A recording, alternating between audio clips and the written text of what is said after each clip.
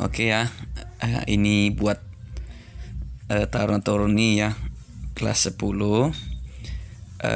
Bapak buat videonya ya tentang reaksi redoks ya nak ya.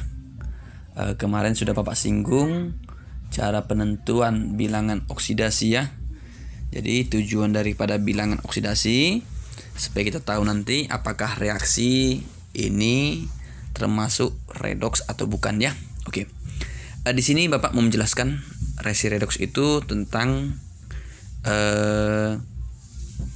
ya ada namanya reduktor dan oksidator ya. Reduktor sama oksidator. Yang kedua ada namanya reaksi disproporsionasi dan koproporsionasi ya. Di buku sebenarnya sudah ada, tapi Bapak jelaskan lagi ya, jelaskan videonya. Biar nanti pas tatap muka tidak kita ulang lagi ya. Oke. Sebenarnya gini, Pak, kalau dikatakan reaksi redoks ya, reaksi redoks itu ya kan reduksi oksidasi ya. Jadi reaksi yang terbentuk ya, reaksi redoks adalah reaksi yang terbentuk akibat adanya reduksi. Ya, reduksi itu berarti biloksnya turun, nah, bilangan oksidasi turun. Dan oksidasi naik biloksnya ya. Jadi redoks itu adalah penggabungan antara reduksi dengan oksidasi. Berarti biloksnya ada turun dan naik ya. Oke. Jadi dalam namanya redoks itu wajib ada terdapat reduktor dan oksidator. Ya. Reduktor itu berarti orangnya ya. Reduktor itu mereduksi zat lain. Tapi biar lebih mudah diingat, reduksi itu sama dengan oksidasi. Kebalikan ya. Karena reduksi di sini kan penurunan biloks. Kalau reduktor kenaikan biloks. Makanya reduktor adalah zat yang alami oksidasi. Kebalikan ya. Oksidator yang harusnya naik, kebalikan, zat yang alami reduksi ya. Kalau dihilangkan ornya, ya berarti reduksi turun biloks. Tapi karena reduktor kebalikan, dia mengalami oksidasi ya. Oksidator mengalami reduksi. Dibalik dia. Oksidator, reduksi, reduktor, oksidasi ya. Oke. Setiap oksidator ataupun reduktor itu letaknya sebelah kiri. Nah, kalau ditanya mana reduktor, berarti kita pandang sebelah kiri. Apakah A, apakah B ya? Itu dia.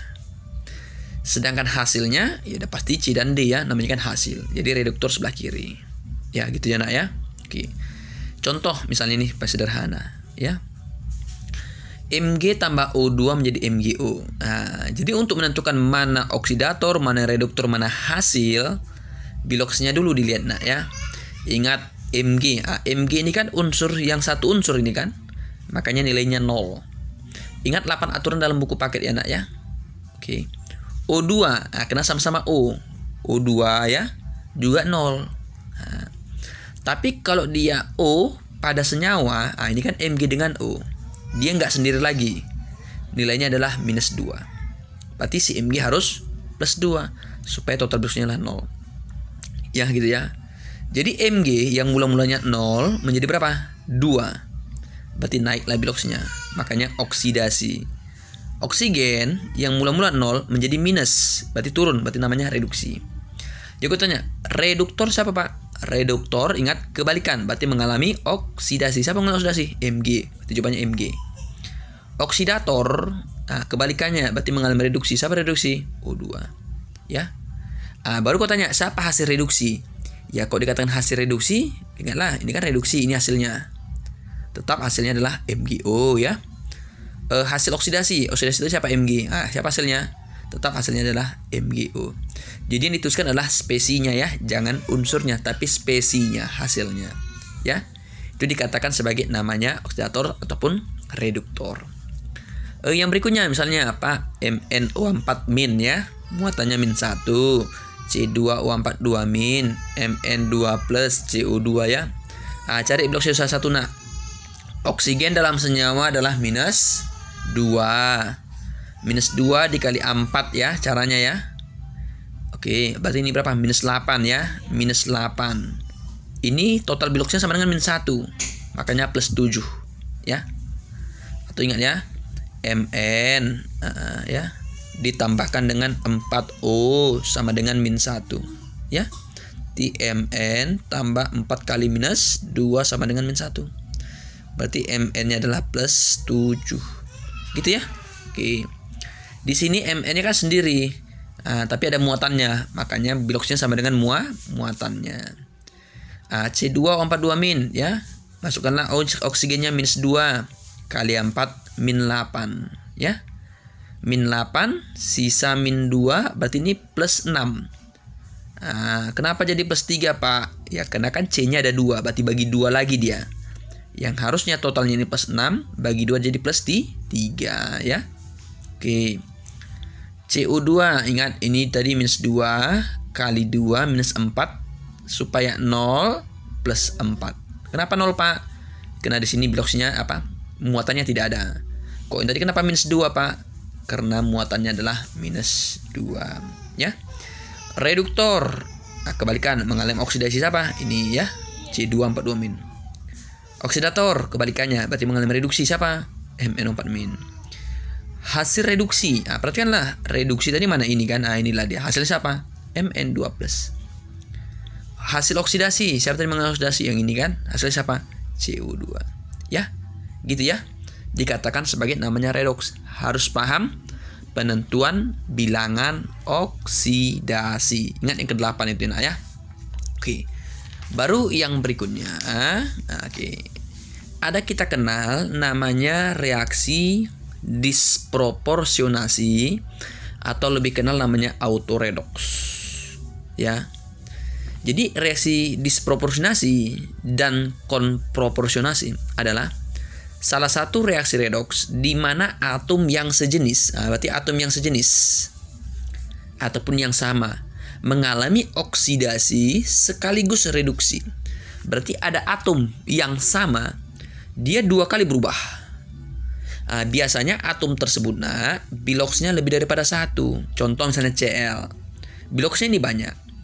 Jadi ketika biloxnya di sini banyak, yang bisa mengalami autoredox yang ini Kenapa -1 nggak bisa Pak? Karena -1 nggak bisa lagi turun ya. Kenapa +7 nggak bisa Pak? Karena dia nggak bisa naik. Syarat autoredox adalah di mana biloxnya bisa turun dan juga bisa naik. Makanya 0 bisa turun. 0 juga bisa naik. 5 bisa naik ke 7, bisa turun juga ke 3 ataupun 1. Itu namanya autoredox. Oke ya. Jadi unsur-unsur yang tertentu aja yang biloxnya lebih daripada 2 ya, biar bisa naik dan bisa turun ya. Oke. Yang pertama Bapak bahas dulu tentang namanya reaksi disproporsionasi ataupun autoredox ya. Ingat prinsipnya adalah 1 menjadi 2 ya. Kita langsung aja contoh lagi. Lihat ya, 1 menjadi 2. Inilah tipe disproporsionasi atau lebih kenal namanya autoredox. Auto sendiri ya. 0 biloxnya ya, karena kan Cl2 sendiri. Cl ada muatannya -1, makanya kita tulis -1. Di sini kenapa +5 Pak? Ya jelas, karena oksigen adalah -2. -2 kali 3 -6. Supaya -1. -6 supaya -1 berarti +5 ya. Kecuali -6 supaya 0 berarti +6. Tapi kena kata di sini lah -1 berarti +5. Lihat Cl-nya. Cl-nya dari 0 ke -1 reduksi turun. Dari 0 ke 5 naik oksidasi. Ini dikatakan namanya salah satu namanya autoredox, disproporsionasi. Dis ya, dis. 1 menjadi 2. Unsur yang sama-sama Cl berubah sekaligus reduksi atau oksidasi. Contoh juga yang ini ya. P4 jadi pH3, P4 jadi PO4. Inilah namanya 1 menjadi 2 ya. Kalau Bapak balik, itulah kita kenal sebagai namanya ini konproporsionasi. 2 menjadi 1. Nah, perhatikan unsur S-nya, jangan spesinya tapi unsur S-nya. H2S, hidrogen +1 ya nak ya. Kali 2 + 2. Supaya 0 berarti S-nya -2. S di sini +4 karena oksigen -2 kali 2 -4 supaya 0 +4. Di sini sendiri 0. Berarti lihat ini. Ini tadi -2 menjadi 0, naik oksidasi. +4 ke 0 turun reduksi. Itulah namanya 2 menjadi 1 ya.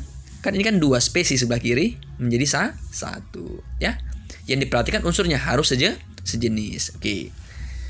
Ini juga ya, misalnya Mn-nya +7 berubah +6 turun ya, reduksi. +2 ke +6 naik ya, oksidasi. Ini namanya 2 menjadi 1. Namanya koproporsionasi ataupun konproporsionasi. Ya. Oke, soal ya yang terakhir. Apakah reaksi termasuk autoredoks atau bukan? Nah, lihat ini. FeCl2 tambah Cl2 menjadi Cl3 ya. Di sini Cl-1 ya. Kali 2 min 2 supaya 0 plus 2. Di sini 0 ya nak ya. Tadi min 1 kali 3 min 3 supaya 0 plus 3. Lihat Fe-nya berubah. Naik ya, oksidasi. Cl di sini turun ya, reduksi. Ini bukan autoredoks. Bukan ini Pak 2 menjadi 1, enggak. Kenapa? Karena syarat autoredoks itu adalah harus unsurnya yang sama. Sedangkan yang berubah di sini siapa? Fe dengan si Cl ya. Kecuali Fe-nya berubah dari misalnya 2 ke 3, Fe-nya berubah dari 2 ke 0 misalnya ya. Itu. Ya jadi misalnya Fe ya. Misalnya Pak 2 plus menjadi Fe 3 plus tambah Fe. Nah ini autoredoks.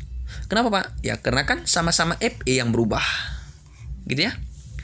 Ini 2 jadi 3. Ini oksidasi. Ini 2 jadi berapa? 0. Ini kan 0 ini biloksnya. Ini plus 3. Ini plus 2. Ini reduksi.